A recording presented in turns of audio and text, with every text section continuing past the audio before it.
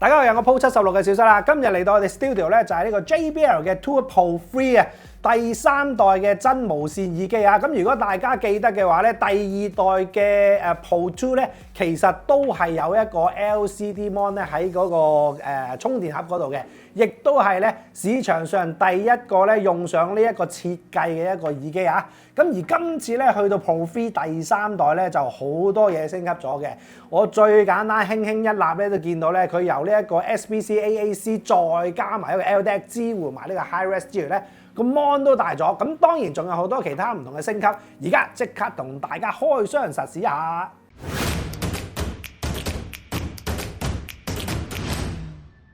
未同大家實試之前咧，提下大家訂閱 channel 撳鐘仔撳全部，咁我哋有新嘅一啲耳機嘅評測咧，就會即刻通知到你啊！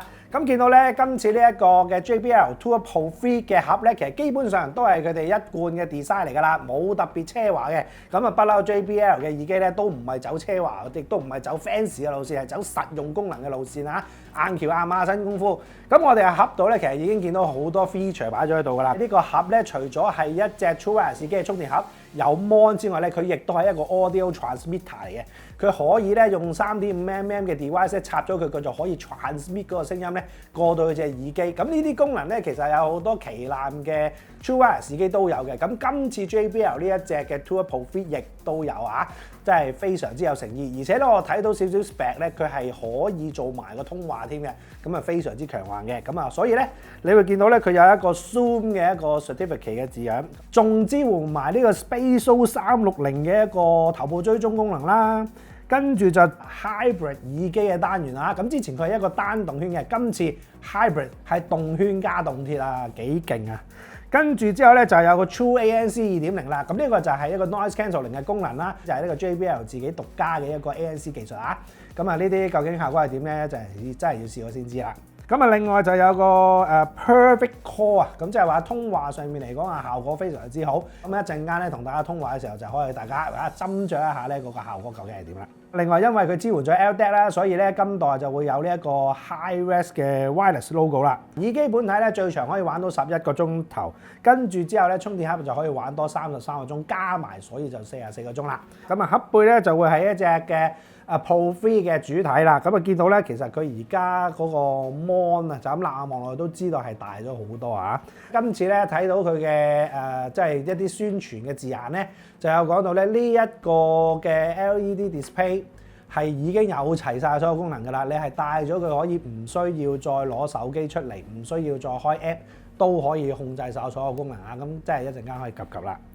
好，咁啊，而家開隻機嚟望一望啦。開出嚟咧，我哋就見到隻 Pro 3啦，同埋咧佢喺嗰個紙上面咧都有好多圖示，就教翻大家點樣開隻耳機嘅。咁啊，耳機本體就攞出嚟啦，你會見到有其他4個 size 嘅耳膠咧，都係附送埋俾大家啊。呢個充電盒嘅前面咧就會係一個 LCD 屏幕啦。咁啊，跟住之後咧，後邊咧其實就冇乜特別嘅。機底咧就仲會有一個嘅 Type C 充電位，咁而 Type C 充電位側跟就會有粒掣嘅，呢粒掣咧就可以幫你呢一個嘅充電盒咧，如果進入睡眠模式，你撳實佢2秒咧，佢就會喚醒佢啦；或者係咧撳實佢10秒咧，佢就會 reset 呢一個嘅充電盒嘅，即係 restart 啊。咁啊，耳機一揭開，咁我哋就會見到咧兩隻嘅 Pro 3啊。咁啊，見到咧嗰個外觀咧同上代有少少分別，咁但係咧總體嚟講咧都係有一支嘅接收咪嘅棍仔咧，就係伸咗出嚟嘅。咁而耳機嘅厚度咧，其實都相對係比以前厚咗少少嘅喎，因為咧今次嚟講呢個單元咧就由呢一個單動圈變成咗呢一個嘅 Hybrid 嘅耳機啊，動圈加動鐵嘅，咁所以咧個溝性相對都要大翻少少啦。戴上去咧，因為佢本身咧嗰個弧度咧係足夠，首先唔會揞住你自己嘅耳骨啦，咁所以咧隻耳機咧嘅感覺咧就會係一隻普通戴翻上去而一隻舒服嘅耳機嚟嘅，咁所以佢就算咁大嘅單元咧都唔會頂住大家個耳朵啊，咁呢個設計都好醒目，咁同埋咧佢個隔音咧都強喎，即係而家基本上我戴咗嚟講，未至於係完全冇聲，咁但係起碼有50% 嗰個空氣聲、環境聲都已經隔走咗啦。咁但係隻耳機其實係未開機㗎。跟住盒入邊咧就仲有2條線，一條咧就係呢個 Type C to Type C 嘅充電線啊。咁啊，另外一條咧就係Type C to 呢個3.5mm 嘅一個 Audio Transmitter 嘅線，就可以插喺你嗰啲 switch 啊，或者係一啲3.5嘅 audio device 咁，譬如你飛機上邊嗰啲插頭其實都可以啊，嗰啲耳機插頭，咁你插咗呢個就可以享受到呢個藍牙效果。咁盒入邊咧就另外仲有多一對黑色嘅耳膠嘅，咁連埋頭先嗰4對加埋耳機嗰度咧，呢度有成6對耳膠啊。咁另外入邊就仲有一條 USB A to USB C 嘅一條充電線啦。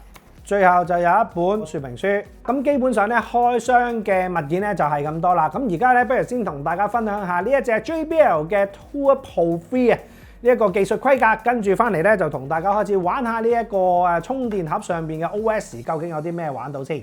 呢一隻 JBL 嘅 Tour Pro 3真無線降噪耳機咧，就係一隻雙單元嘅 hybrid 耳機嚟嘅，有一個10.2mm 嘅動圈單元咧，再加埋一個5.1mm 嘅動鐵單元嘅喎。兩隻耳機嘅機身咧，加埋有6個嘅咪高峰㗎，響應嘅頻率範圍咧就由20Hz 至到40kHz 嘅噃。咁每邊耳機咧重量就係5.6克，藍牙版本就5.3嘅。支援呢一個 SBC、AAC、LDAC 呢一個 Hi-Res 嘅傳輸啊，咁啊耳機嘅最大續航力咧就係可以有呢一個11個鐘頭嘅，咁開啟個 ANC 咧就7個鐘頭，連埋充電盒咧最高可以玩到44個鐘頭嘅，就支援快充嘅，3小時就已經可以充到啦。咁另外今代亦都新加咗呢個 JBL 嘅360啊空間音效同埋呢個頭部追蹤技術嘅，再加上呢一個 JBL 嘅即時真實自適應降噪2.0嘅技術啦。官方定價就係2290蚊。咁我哋而家咧就同大家睇下呢一個JBL 嘅 Tour Pro 3咧呢一個咁耍家嘅 LCD Mon 咧究竟有啲咩玩啦？咁首先咧開包儀式必定要做俾大家睇下啦，係嘛？噔一下搞掂。見到個畫面上面咧就係第一頁就會係一個 Pay 同埋呢個 Next Chapter 嘅功能啦。咁上邊就會有一啲電池嘅用量顯示啦。咁我哋去下一頁咧，佢就會係一個音量嘅顯示啦。再下一頁，呢個咧就係 Ambient Sound 嘅功能，咁啊可以咧 touch 咗啲 Ambient Sound 嘅功能嘅喎。咁而家咧應該係未連線啊，咁所以咧呢個功能咧暫時就灰咗。EQ， 咁啊 EQ 咧亦都有好幾個 EQ 啦。咁另外就係 timer啦，幾多分鐘會熄機啊咁樣啦。跟住之後 Spatial Sound 嘅設定就喺度啦。咁跟住就會係 Screen 嘅 Brightness。咁下一個就係 Lock Screen 嘅 Wallpaper， 究竟會係咩樣子啦？可以改嘅喎。咁跟住之後呢一個 Voice Aware 嘅大細聲啊。咁跟住咧就有個 Silent Now 嘅功能啊，有得俾你 set 翻個時間嘅 Notification 同埋 Message Preview 啊，都可以喺度睇到喎。翻賣 Bugs 啊，咁你可以咧就揾翻你自己嗰個耳機啊。跟住就 Flashlight， 哇，仲有閃燈啊，咁得意嘅，玩下先。哦，原來只係一個白色嘅 screen。咁啊，跟住呢度咧就係藍牙同埋呢一個 USB Mode 嘅轉換啦。最後嚟翻呢一個咧就係一個語言啊，咁啊語言入邊有啲咩咧？有英文啦，有法文啦、德文啦、意大利啦、日本語啦、韓文啦、葡萄牙啦，呢一個係俄語啊，簡體中文。同埋呢個西班牙文，跟住呢個應該係泰文啦。咁而家咧，我就會用呢一個 Sony Xperia One Mark 6同埋呢個 iPhone 嘅16 Pro Max 試下咧兩者啊。今次咧呢一隻嘅Pro 3有 LDAC 嘅 Hi-Res 支援，同埋呢個 AAC 兩者中間嘅分別，究竟個效果會係點啊？連接咗呢一個 JBL 嘅Tour Pro 3去我嘅 Sony Xperia One Mark 6嘅手機度啊。咁其實咧，頭先嘅 LCD 上面啲功能咧，呢度都有晒嘅。咁不過咧喺 App 上面當然係可以玩更加多嘢啦。譬如好似喺嗰個環境感知上面，我可以校埋個強度啊。ANC 方面咧，亦都有啲自定可以校到啊。咁究竟係開呢一個自適應嘅主動降噪啊，定話還是係自己調校嗰個 ANC 個強度啦？咁另外個盒亦都有嘢 set 嘅。咁頭先嗰啲功能全部都可以喺度 set 得到啊。咁啊，跟住可以俾你揀5秒之後恢復、15秒恢復定20秒恢復啦。咁啊，其他仲有一啲功能咧，基本上都會係一啲自動化或者係一啲細項設定嘅功能嚟嘅。咁另外就有語音提示啦。咁語音提示咧可以揀好多啦，英文啊，頭先都基本上咧嗰個語言都係同頭先我哋睇嗰個盒仔個 menu 差唔多啊。咁啊音頻方面啊，呢度開 LDAC 啦。咁頭先咧我哋啱啱連咗呢一部手機嘅時候咧，其實喺個 option 嗰度咧，淨係見到呢個 AAC 嘅。咁但係咧喺個 app 上面咧，你只要 touch 著埋呢個 LDAC，跟住佢就會提一提你啦。咁啊 LDAC 咧就開咗之後，有啲功能會做唔到喎。咁啊 Personify 呢個個性化音效啦、空間音訊啦、動態音頻啦，同埋呢個漏音補償咧，都係用唔到嘅。咁你要靚聲定係要功能咧？咁啊自己選擇啦。咁呢一刻咧，我係要靚聲先。咁咧佢撳咗之後咧，佢就會 reset 嗰部電話噶啦。咁啊重新再 reset 一次嘅。嗱而家咧我就開咗 ANC 嚟去聽呢一首陳卓賢嘅玩偶奇遇記啊。咁佢係一個24 bit 48 kHz 嘅一個音色嚟嘅。我聽到嗰個聲音都係比較上淡口喎。而家呢一刻啊，佢喺啲細節位其實係可以聽多啲嘅。咁但係我就覺得佢暫時嚟講就唔係好聽到好大嘅衝擊力啊。但係咧佢嗰啲低音嘅層次咧係深啲同埋沉啲嘅，同埋最重要就係咧人聲方面咧，我覺得佢係比以前聽開 JBL 嘅聲就會冇咁注重純粹係低音，佢係會俾多啲高音同埋中音嗰啲次音你聽嘅，咁同埋好入咪啦嗰個效果。咁好啦，咁啊而家咧揀多首嚟聽先，揀多首女聲啦 Kiri T 嘅至少做一件離譜的事，咁啊亦都係24 bit 48 kHz 啊。呢首歌幾正喎，真係佢因為淨係開頭一個鋼琴，跟住之後就佢把聲啦，個入咪程度非常高喎，同埋咧聽到佢係好近個咪咁去唱，同埋佢嗰啲聲入邊嘅 detail 咧都係豐富嘅，好近啊，感覺好似佢喺我耳邊唱歌咁。同埋咧，你會聽到咧佢嗰啲和音咧喺側跟咧，你會有個少少距離嘅，即係本身 QVT 好似喺我依個面前唱歌啦，跟住嗰啲嗰啲和聲咧喺左右咁樣飄出嚟喎。嗱，而家我聽咗兩首歌啦，咁我覺得咧就今代咧呢個 Tour Pro 3咧喺個 LDAC 嘅處理上邊咧係嗰個信息量都大嘅，同埋咧你會聽到咧佢嗰個聲音入邊嘅 detail 咧，如果你首歌係本身有咧，佢係真係可以好充足咁俾到你。咁但係亦都印證咗咧，即係今代咧佢哋將呢一個 LDAC 加入埋呢一隻嘅 Pro 3上邊咧，喺嗰個處理力上面係可以充分用到呢一個雙單元，即係話一個 hybrid 單元嘅一個優勢，就係喺嗰個人聲嘅高頻上邊咧係補足咗。因為以前嚟講咧，其實咧JBL 咧一般咧以前都係用緊 SBC 同埋 AAC 嘅。你問我咧，佢可以喺呢兩個一個有壓縮嘅狀態底下，佢係做到好好聲㗎啦。講真，因為咧佢喺低音上面佢係好聰明地運用咗一個好豐富嘅低音層次嚟去令到你可以唔係好細點你嗰啲音質上邊嘅一啲 detail 位置嘅，咁但係今代嚟講咧，佢就會將個低音咧嗰個偏重咧就放翻低少少，反而咧就飆高咗咧呢一個人聲嘅處理，尤其是女聲啊，非常之獨地啊呢一隻耳機。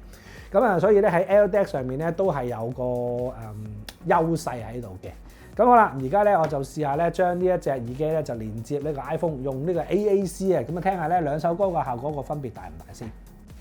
而家咧就將呢一隻嘅 JBL 嘅 Tour Pro 3咧就連接咗我嘅 iPhone 16 Pro Max 啦。咁啊嗰個 pairing 嗰個方法好簡單嘅，撳實支柄5秒鐘，咁跟住咧佢就會可以有個 pairing 嘅 signal。咁跟住咧你個新嘅手機你就會見到呢一隻耳機啦。音壓咧去到70% 啊，其實基本上咧同頭先都差唔多喎。咁但係就會聽到佢有啲 detail 嘅位置嗰啲尾聲短咗少少，同埋冇咁 sharp 啊，冇咁利啊，咁但係換嚟咧就係低頻個量係會多過頭先少少嘅。咁好啦，咁我哋又再轉首女聲聽下先。Kiri T 嘅至少做一件離譜的事啊，鋼琴聲都企理啊。嗱，同頭先咧其實係一樣嘅 ，Kiri T 把聲係近啲埋咪啲，咁啊聽埋啲和音先。但係我覺得你係成浸嘅低頻係會大粒咗嘅。比起頭先係大咗嘅，咁頭先就話有啲聲係側跟㗎嘛，其實而家都有嘅，不過你會聽到遠咗同埋朦咗少少咯。咁始終喺 AAC 上邊，其實嗰個bit rate 冇咁爆啊，冇咁充足，咁所以有啲位可能係會相對比較上即係暗啞咗。但係其實喺 AAC 上面，如果我哋唔係好似頭先咁 AB 比較嘅話，其實你都會聽到 QVD 把聲係企得好前啦，同埋咧你嗰個低頻嗰個位置，令到你覺得首歌個 group 係非常之好啊！咁就試下咧轉啲 EQ，睇下今代咧佢嗰啲 EQ 嘅功能會唔會都好醒神啦。好，架 Studio 先，咁 Studio 嘅聲同佢原本個聲底又唔係太大分別啫喎。咁而家睇個 curve 咧，見到佢係喺低頻位置上會凹陷咗少少嘅。咁我試下揀個 bass 先，一撳個 bass 咧，成整體個低頻就呼，連埋所有琴聲、鼓聲，全部都加埋個低音落去啊！咁 club 嚟講都係差唔多啦，即係喺高音度拉翻高少少。Extra bass 就好勁啦低音，但係佢都會將個高音同埋中音拉翻高啲啲嘅。嗱 voice 嚟講啊，純人聲啦。嗱暫時嚟講呢個 jazz 咧，我覺得係可以調校一下喎，因為呢個咧校翻低少少低音嗰度。咁喺個 Jazz 1嗰度校少少，咁其實就可以出咗個幾唔錯嘅聲音，而且因為拉高翻個高音咧，咁其實就可以多少少啲 detail 聽翻啊。咁始終咧 JBL 喺做呢個聲音嘅控制啊，同埋呢一個體感上面咧，佢係一個專家。咁所以咧，就算佢係行 AAC 咧，其實你都會聽到咧，佢俾你個聲音咧，其實係充足、豐富同埋呢一個有厚度喺度嘅。咁啊，而且咧喺個耳機上面咧，低音咧都係佢一個幾耍家嘅項目。咁因為有埋呢一個動鐵嘅耳機啦，咁所以咧佢今次喺個人聲上邊啲齒音咧，無論係 AAC 又好，呢個 LDAC 都好啦，都係多咗嘅。好，咁啊嗱，而家咧就試埋咧喺嗰個 3.5mm 嘅一個傳輸一個 audio transmit 上面咧，究竟佢出嚟有冇甩聲先啊？咁所以咧揾條 YouTube 睇下。咁咧揾嘅手機就係揾翻 Xperia One Mark 6啦，就用 3.5mm 輸出就可以啦。嗱，一插咗個 USB 上去之後咧，其實佢呢一個 USB 嘅 function 咧自動都 touch 咗噶啦。而家我聽緊咧 Kiriti 呢首歌咧，其實已經熄咗藍牙，我就用呢一個充電盒咧嚟做個 audio transmit，咁啊即時已經有聲音啦。咁個聲音個音壓咧係比我頭先用藍牙係細咗少少嘅。咁但係 so far 嚟講咧，其實去到9同10都 OK 嘅，都一般朋友嚟講應該係夠噶啦。咁只不過你要好爆機嘅話咧，可能就會覺得未到一個好爆嘅位置咯。咁同埋呢個聲音嘅質素咧，我覺得佢係偏向 AAC 嘅感覺嘅，低音係比較多啲嘅。咁喺個聲音齒音上邊咧就會相對少啲。嗱，而家咧我就睇緊我自己條 JBL 嘅 Tour Pro 2嘅影片，咁一路講緊嘢咧，我聽緊個耳機，其實佢個嘴型咧基本上係追得非常非常之近嘅。乍眼望落去咧，就咁喺手機度睇啦，我唔覺得有任何 lip sync 問題。即係你話有冇0.1、0.01、0.02秒，我唔敢講，但係就咁望落去，你係唔會覺得有 delay 嘅。就係所有嘅對白，我講嘢嘴型同埋聲音到個耳仔係完全係貼服嘅。如果你話一般使用到，你話我嚟打 Switch 啊，或者你打啲手機或者聽 Walkman，你插住呢嚿嘢，你基本上已經可以用到呢個無線嘅功能咧。咁我覺得呢個係可以使用啊。好啦，咁啊耳機咧就同大家喺 studio 試咗咁耐啦，不如而家就出去同大家咧試埋咧呢一個耳機嘅通話效果、連線穩定度同埋咧其他錄音嘅效果究竟會係點先？好啦，事實咧而家就用緊呢個 JBL 嘅 Tour Pro 3咧，就連接住呢個 iPhone 啊，咁啊試一試咧通話嘅效果嘅。咁啊電話另外一邊咧就係 Hugo 嘅喎。咁 Hugo 係，請講，小七。係啦，咁而家咧我就喺呢個馬路邊啊。咁你覺得而家你聽到嘅聲音效果係點先？我覺得其實都夠大聲嘅，但係我覺得可能喺個聲尾嗰度唔知點解有少少水聲咯，即係嗰啲有啲好似ANC 嗰啲咁嘅嘢咯，有少少咁嘅狀態咯，係，但係人聲都清嘅。甜甜地嘅感覺係嘛？甜甜地啊，冇錯，個聲尾。哦，咁而家現時咧，我本身開咗 ANC 咧嚟去聽歌嘅，咁但係咧一去到通話咧，佢就自動會彈咗去呢個 NBN 山㗎，即係環境聲音效。咁所以咧。我而家聽到咧，即係街上啲車聲啊、人聲行過啊，咁啊全部都係聽到嘅。咁啊，但係咧你就聽街聲，除咗我把聲之外，你聽到街聲啲車聲會唔會都有啲引擎聲啊，或者係啲 engine 聲咁啊？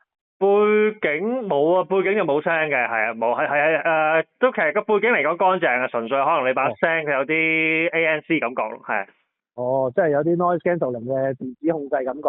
係啦，冇錯。有啲降噪聲喺入邊都。係咯，個聲尾咯，係，但係人聲都 OK，同埋都穩定嘅成個信號，我覺得都。嗱，啱啱咧就有架垃圾車經過啊，咁蘇巴喺我耳邊，其實聽到佢都好大聲嘅。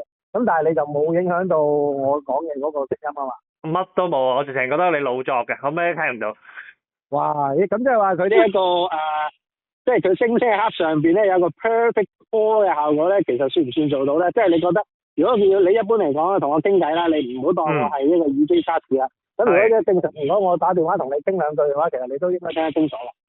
清楚嘅，我想問其實會唔會試下其他 mode 啊？如果你有 on off 嗰啲想試埋啫嘛。如果有其他嘢嘅話，其實佢就係冇嘢教到咯。而家呢個狀態之下，即係喺我覺得嚟講，而家係個背景乾淨嘅，個人聲其實都穩定嘅。咁但係佢會有陣降噪 effect，會令到嗰班人聲你即係字其實聽都冇問題嘅。咁但係個尾音聽上有啲怪咯，我會咁嘅 comment。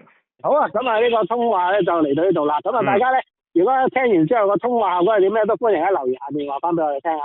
好啊，唔該曬Hugo。唔該，小心。小室而家用緊呢個 JBL 嘅 Tour Pro 3咧，就連接緊 Sony Xperia One Mark 6喎。咁啊開咗個 L DAC，咁我發覺咧原來開咗 L DAC 都可以玩到 EQ 嘅話，跟住會行去葵涌廣場嗰邊，用 L DAC 行過去，跟住咧就用翻呢一個 iPhone 嘅手機連接，就行翻過嚟呢邊，咁啊試一試咧兩個唔同曲笛個效果。咁我試咗咧，其實喺L DAC 上邊咧，如果我去選擇音色優先，即係話最高 bit rate 嗰個咧，其實喺某啲紅綠燈咧係有少少窒啊，同埋棘住嘅感覺㗎。咁我都建議大家咧就用翻呢一個最佳品質個模啊，最佳品質嗰個模式咧，咁喺行街嚟講咧，到依家呢一刻咧都會比較暢順啲嘅。嗱，啱啱咧就用呢一個 L DAC 嘅曲笛咧，就經過咗幾個紅綠燈啊，咁啊都冇乜問題嘅。咁所以咧，如果大家玩呢個 L DAC 嘅同時咧，就有得調校就調校翻去呢一個穩定優先嗰度啦。咁跟住落去咧，入埋呢個葵涌廣場睇下個效果會有啲咩唔同先。而家咧入咗嚟葵涌廣場啊，咁依然咧係 keep 得到個穩定性嘅。好啦，咁而家咧就行咗一陣，咁經過咗幾間唔同嘅鋪頭，咁喺地下嘅層面嚟講咧，其實喺個 L DAC 嘅連線咧，佢都依然係可以 keep 得到個穩定嘅效果啊。咁即係話呢個 L DAC 其實基本上喺日常使用都唔會太大問題嘅。咁而家咧就轉行呢一個 iPhone，咁連接住呢一隻嘅 JBL Tour Pro 3啊。咁轉咗 iPhone 之後咧，當然就會行呢個 AAC 啦。咁照樣喺 KKBox 度揾翻啲歌嚟聽嘅。咁講翻先嚇，呢一隻耳機咧，其實除咗係佢即係正常連接之外咧，好似而家咁樣，我兩部手機帶咗出嚟啦，一部就係行 L DAC，一部就係行 AAC。兩部其實可以同時連接嘅，咁亦都唔會影響到話一定要強迫晒兩部都行 AAC。咁我 Sony 依然係行緊呢個 L DAC，咁iPhone 咧繼續係用緊呢個 AAC。咁但係咧佢哋就會係用一個好 gentleman 嘅方法嚟去做嗰個交接，即係譬如我而家 iPhone 聽緊歌，咁我如果 Sony 開歌嘅話，其實係唔會有聲嘅，除咗有電話響聽電話之外，咁其餘嘅工作咧其實都會係等你嗰部 iPhone 熄咗個歌，咁個 Sony 嘅聲先至會 override 佢咁樣嘅。咁呢個咧，我覺得係一個幾正常同埋一個幾 common 嘅做法啊。咁起碼佢可以連續連接兩部，但係咧亦都唔會有需要喺個 codec 上入邊咧就做翻一個犧牲先。咁呢個我覺得幾好嘅。咁暫時嚟講咧，到呢一刻我連接住嘅 iPhone 同埋呢一個 KKBox 入邊嘅歌曲咧都係冇斷過埋呢一個中國聯通。基本上咧都過關㗎啦，喺呢度如果係要窒咧，其實基本上喺頭先中國聯通嗰度咧就例必窒㗎啦。咁但係就呢個狀態之後冇問題啦。好啦，咁小姐而家咧就將呢個 JBL 嘅 Tour 3 Pro 咁咧就接咗呢個 iPhone 咧就做翻呢一個錄音嘅效果。咁指定咗咧就用呢一個耳機咧嚟去做收音嘅。咁所以咧大家而家聽到嘅聲音咧就完全係由呢一隻嘅 Pro 3錄出嚟嘅。好啦，啱啱咧就同大家咧出去咧試埋呢一隻嘅 JBL 嘅 Tour Pro 3啊。咁呢隻耳機咧其實咧喺True Wireless 耳機嚟講咧，我覺得 JBL 係一個非常之獨特嘅品牌嚟嘅。咁佢既又會出一啲好多全新嘅諗法，咁好似呢一個喺充電盒上邊有個 LCD 去控制翻個耳機呢一個 idea 咧，其實喺市場上邊咧佢係第一人。咁跟住落去好多其他品牌都會相繼仿效嘅。咁而今代嚟講咧，佢嘅提升咧其實比上次嘅二代咧嚟得亦都係明顯嘅。咁首先喺耳機嘅單元上面，佢會由一個單動圈變成咗一個 hybrid 嘅耳機，呢樣嘢已經係少有啦。因為喺True Wireless 耳機上面咧，好少係會用上呢一個 hybrid 耳機嚟去做嘅。咁另外咧喺嗰個藍牙嘅 codec 上面咧，亦都加咗呢一個 LDAC 咧去支援翻呢個 high res 嘅效果啊。咁啊，再加埋咧，佢個 screen 又會加大咗，亦都可以控制到好多唔同嘅功能。基本上一啲普通嘅功能，或者係一啲唔係喺細項嘅功能咧，其實佢都已經可以用晒㗎啦。只不過如果你譬如話 MBN 3想加大或者縮細佢嗰個效果嘅話咧，咁就要入 App 搞。咁當然啦，喺 App 上邊就一定係喺個操控上邊更加得心應手，而且可以 set 嘅嘢會更加多嘅。咁但係咧，其實喺呢一個 box 上邊咧已經可以做得到咧，一般咧就80嘅效果咧，咁其實基本上已經非常之好。因為咧有好多朋友咧，好似我咁啦，我將個耳機咧其實就咁放咗落耳仔，跟住個 charging case 我就會放喺袋嘅。咁如果下下都要攞個電話出嚟，咁其實有時拿隻耳機出嚟就可以搞掂。咁呢個咧都係方便嚇。咁另外亦都有呢一個360嘅頭部追蹤啦，同埋一啲嘅空間音效咧，可以俾到大家喺聽歌同埋睇戲上邊咧都可以有翻一個唔錯嘅一個 3D 空間感嘅。咁呢樣嘢對於中意喺手機或者 iPad 度睇戲嘅朋友咧，應該會非常之啱用嘅。另外仲會加埋呢一個嘅 Audio Transmitter 嘅功能啊，可以將呢一個3.5mm 嘅 device 經過佢呢一個充電盒咧發射個信號去個耳機度。咁不過咧喺個官方網站又好啦，喺任何嘅渠道都好咧，都未知道咧佢呢一個 transmit 咧其實係用啲咩 codec 嘅。咁就我耳聽嚟講咧，我覺得應該都係用翻 AAC 㗎啦。咁但係最重要嘅就係佢冇甩嘴，而且呢個聲音嗰個還原度都非常之高嘅。咁唯獨是係個音壓上邊咧會相對比我哋用藍牙直接連接咧係會低咗少少。咁所以咧，如果有啲朋友咧，我屋企本身個 device 係完全冇藍牙支援，淨係得3.5mm，其實呢一個係非常之好用嘅一個功能啊。咁其實喺街上面嚟講咧，如果你行呢一個 full bit rate 咧，咁的確係會有一啲唔係好充足穩定嘅效果嘅。咁所以咧就建議大家喺個 LDAC 上面都係揀翻穩定連線個 mode 咧嚟去連線咧就會比較好啲嘅。咁啊呢啲嘅功能咧，其實我亦都相信可以喺慢慢呢個 firmware 更新上邊咧，可以幫到大家咧就提升翻個體驗啊。而之前咧，我哋試開呢一個 Pro 2咧，喺嗰個音質嘅 EQ 上邊咧，其實嗰個分別都幾大。咁今代嚟講都係依然咧就係 keep 得翻呢一個效果嘅。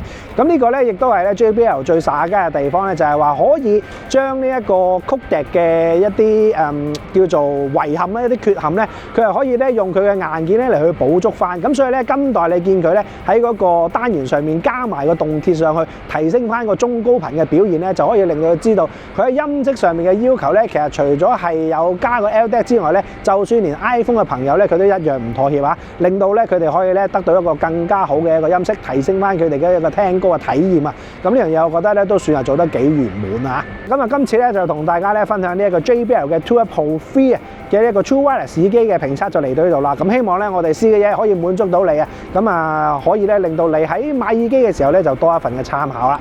好，今日呢條片咧就嚟到呢度啦。如果大家喜歡呢條片，請俾個 like、subscribe 我哋嘅 channel，再撳埋我哋鐘仔，我哋好嘢就會通知佢哋睇㗎啦。